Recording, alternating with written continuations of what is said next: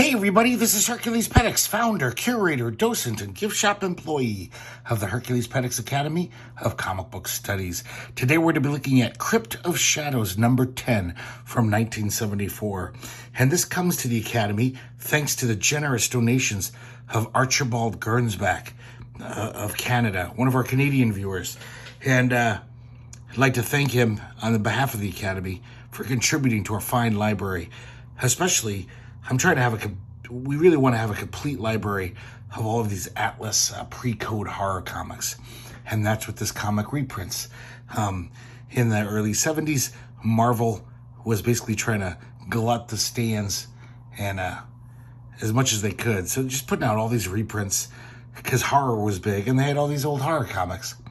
And the comic code had loosened, and so they could reprint them finally. The cover here, the Grand Comic Database says it possibly is John Romita pencils, had a question mark, but they seem to know that it's definitely Ernie Chan inks on it. They put new covers on all these. They didn't reprint like the cool old covers from the 50s. They're usually terrible. They were just, an afterthought. They just had to put something that looked more modern on the cover because I guess they thought kids would see like some old-timey art from the 50s and be turned off. They're usually really bad. They usually have just a small, tiny thing in common with one of the stories. Like, for example, he's talking about a bag where this guy's reaching into and his hand is vanishing into thin air. And there's a story in here, which we're about to look at, which has a similar concept. It's not a bag. There's no hooded, skull-faced figure. It's nothing to do with this. But they did that all the time. It was kind of like a bait and switch thing. They were trying to make the story seem scarier than they really were on the cover. So here we start off with The Man in the Tank. And this is a treat, guys. This is drawn by Everett Raymond Kinsler, one of the great cartoonists of the Golden Age. He made his name in Westerns, did a lot of great Westerns. If you ever have a chance to look up his stuff on the internet, his stuff is gorgeous. He was so good. In fact, he was a little too good for comics. And I think by the 1960s, he had changed his career to being a portrait painter. And he actually became almost like the semi-official presidential portrait painter. I think many of his paintings are in the Presidential Gallery, or whatever they call it, the Smithsonian. He's done many presidents, thousands of famous people. I imagine just a lot of rich people who could pay him. But he was basically the top name in portraiture for decades. So we see this small-time grifter and drifter, and he's got this great thing going. Most criminals hang out in the big cities, but he's like, there's cops on every corner. I'm just going to drive around to these little towns where there's one cop who doesn't know what the hell he's doing because there's no crime there, and I'm going to rob everyone blind. So it's working like a charm. We see him robbing the store. And, he just gets away with it over and over again. Man, love that panel. Like a little montage. I love the way he draws this guy, too. Just so weaselly. He looks like a bastard. But one day he's in a small town. This has never happened before. And the owner of a drugstore, he actually has a gun and tries to pull it on him. But the criminal shoots him first and murders him. But due to bad luck, right then, the local sheriff comes in with a bunch of guys. And they're like, hold it, fella. And they fire at him, and they chase him down the streets and alleys. Another great panel. So much good art in this. And he's not so cocky now. He's getting pretty scared. He's not used to even being chased by the cops. Usually he's halfway out of town before anyone knows what's going on. So finally, they're hot on his trail. So finally he sees this, right near a train yard, he sees one of those water wells, or water tanks. He climbs up. He figures they'll never think to look for me here, and he gets into the water. The sheriff and his little posse are saying, scratching their heads, saying, "What? He pulled a disappearing act on us. Where the hell could he have gone?" They don't figure it out. Meanwhile, a train pulls into the station, and also at the same time, the robbers, he's getting tired. he keeps like reaching up to the wall to rest for a little when he gets too tired to swim. But after the train takes on some of the water, he's not tall enough to reach the top now. So he's slowly drowning. He can't swim for much longer. And finally, he just can't keep it up anymore. And he goes under. And then there's a little ironic commentary from the sheriff and his buddies. Another really nice panel there. I mean, most of the panels in here are great. It's just kind of like a crime story. It's not really nothing supernatural happens. You Can't Touch Bottom. And this is pencils by Ross Andrew and inks by Mike Esposito. Kind of looks like a 50s DC comic. Kind of semi-cartoony faces. So one day at a department store, there's this kind of like shabby looking fellow, and he's just blatantly shoplifting, just throwing things in his pocket. And things that shouldn't fit in his pocket are fit in his pocket, like an umbrella. The security guard sees him, and he's like, "Hey, buddy." But when he checks his pockets, there's nothing in there. So he keeps following him around, and he keeps seeing him do this. And every time he tries to nab him, there's no evidence. So finally he says, "I'm taking it out of the station. I don't know what the hell you're doing, but maybe we could figure out what's going on with this jacket." So this other detective at the police station, he figures out, he shoves his whole arm in the pocket. There's no bottom. And he says, "I'm going to give this to some scientist buddies of mine. I'm going to call them in. Maybe they can help us with this, because this is crazy."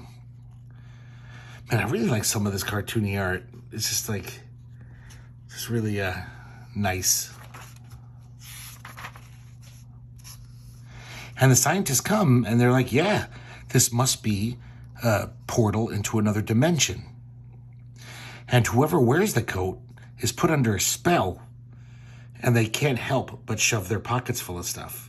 So they surmise that there's people in another dimension who are basically stealing stuff from us. And they're trying to find probably something of import, but they don't know what. They don't know what we have. So whoever wears the jacket that they left in our dimension also has the urge to just shove things in the pockets. So later that night, one of the scientists comes back and breaks into the police station. And he takes the jacket.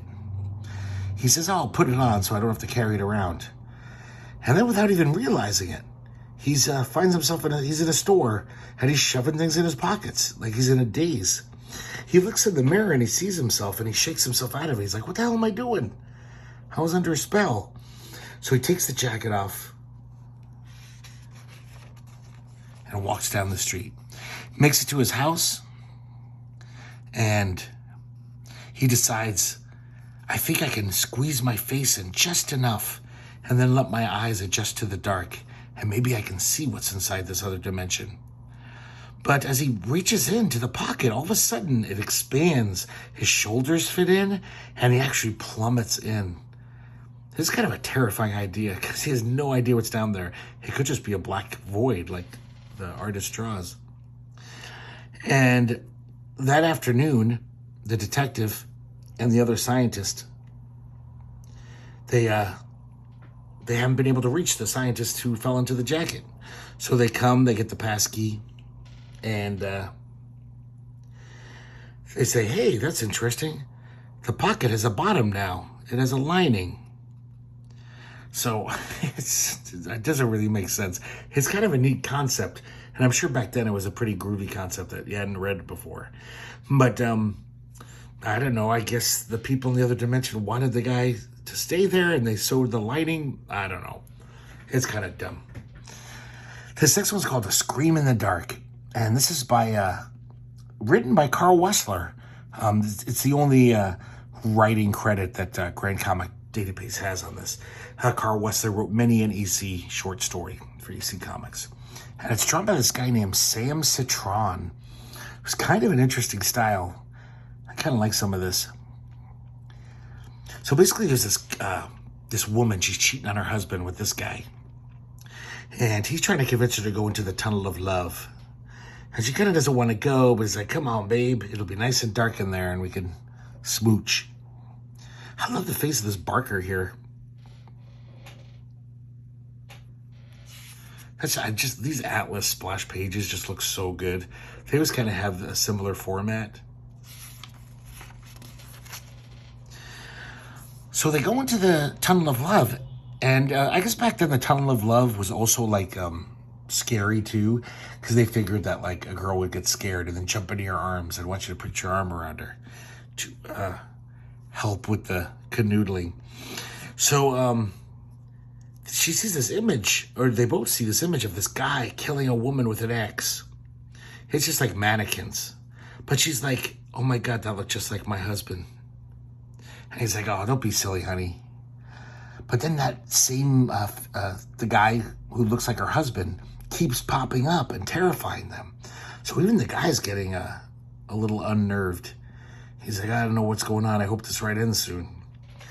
And it goes on, and they finally get out of the ride. And when they come out, the amusement park looks abandoned. The trees are all dead. There's no one there. Things are falling over. It's all dilapidated. And when they, under the moonlight, they see that they've grown old. And they're like, oh no, what happened? Oh my God. They're just both horrified. So they decide to get back in the boat and go backwards. And hopefully that'll reverse his aging. And as they ride through the Tunnel of Love, they see the husband again, or the guy who looks like the husband. And they make it to the carnival. And everything's back to normal. There's people in the carnival. Everything's back to normal except for them. And they're still old. So it doesn't make sense. Who knows what happened? I don't know. The comics are kind of silly. Because this one's a pretty good one. Once again, nothing supernatural in this one. Devil's Island. It's got art by Paul Reinman, who he was there in the early days of the Marvel Age of Comics. I think like usually inking and stuff. But in this Atlas era, he looks really good. This is, well, it's not the best, but it's not bad. It's pretty good. Definitely better than anything he did, during the 60s. So I like this format. We see this barkeep, and he's talking to us as if we just come in the bar. And he's all like, ah, monsieur, you ask about him, about Pierre Rebellou? You wonder why such as he, a murderer sentences the island of the devil, looks content and smiles to himself. I shall tell you the tale. And I guess at one time Pierre was the gadabout of Paris. He was a gay, happy man. Not gay like we use that word today, of course, because he's totally in love with this woman, and her name's Suzette. And Suzette is basically, she's a total gold digger. In this case, she's a pearl digger. She loves pearls. She'll basically hang out with any man if he offers her pearls. And Pierre knows this. She's very upfront about it. She doesn't lie. She just says, yeah, if you got the pearls, I got the time. That's her attitude. And Pierre doesn't care. He just adores her. He knows it's kind of weird, but he basically goes through all of his money, constantly buying her pearls to buy her affection. And eventually he has to resort to robbery and even murder. And he gets caught pretty quick because he's not a career criminal. And as he's being shipped off to Devil's Island, Suzette actually shows up and says, I love you, Pierre. I'll wait for you until you are free. So he's actually kind of happy. He's like, wow, she actually loves me. She knows I can't give her pearls anymore. And she still professes her love for me and tells me she'll wait. So the years go by. He's in Devil's Island. And he just basically thrives on the love that he feels that Suzette has for him. So he's kind of in this weird position where I guess there's a part of Devil's Island that's a small town. If you're a good prisoner, you can get small jobs there and earn money. So he works as hard as he can so he can send money back to Suzette just so she can buy pearls. Of course, we see Suzette, who's still beautiful, young and beautiful. Pierre has gotten old and withered in 10 years on Devil's Island. He's not looking too good. And basically she's admitting to this bartender, she's like, oh, I'm not waiting for him. Anyone who gives me pearls, I'll be with. But it's pretty nice that this guy's sending me more money to buy more pearls. So why spoil a good thing? So finally, Pierre comes into this bar because he's always getting little odd jobs here and there. And he recognizes the bartender. This bartender used to work at the fancy restaurant where Pierre used to go when he was on top. And he informs Pierre. He says, she's not true. She's, because he just got thrown in prison. So he's been out there in Paris. He says, no, she's been with many guys. And he even has photos to prove it. I don't know why he has these photos of Suzette with all these other men. So basically, he writes a letter to Suzette. And he says, I have found the biggest pearl in the world. And I want you to have it. But you have to come visit me here. And the bartender says, oh, you're such a fool. You know she's cheating on you. You're still giving her pearls. He also knows that Pierre's not a liar. So he's like, wow, he must have really found this huge pearl. So she comes to the island, still looking gorgeous. She barely recognizes Pierre. He looks like old enough to be her father. And he takes her out into the island. And it's all really dark. Turns off the flashlight and he says, there it is on the ground ahead of you. So, feel on the ground. You'll feel it. And she finds it. And it's humongous. That's how big the pearl is. And then he turns on the light.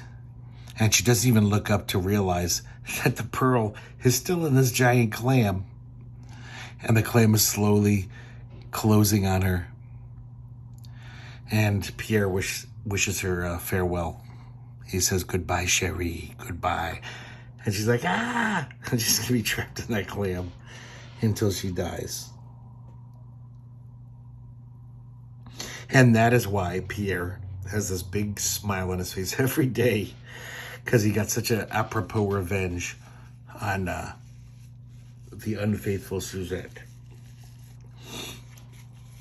And then as a little addendum, the bar owner says, the reason I was sent to Devil's Island and the reason why I knew she was unfaithful was because I too killed to give pearls to Suzette.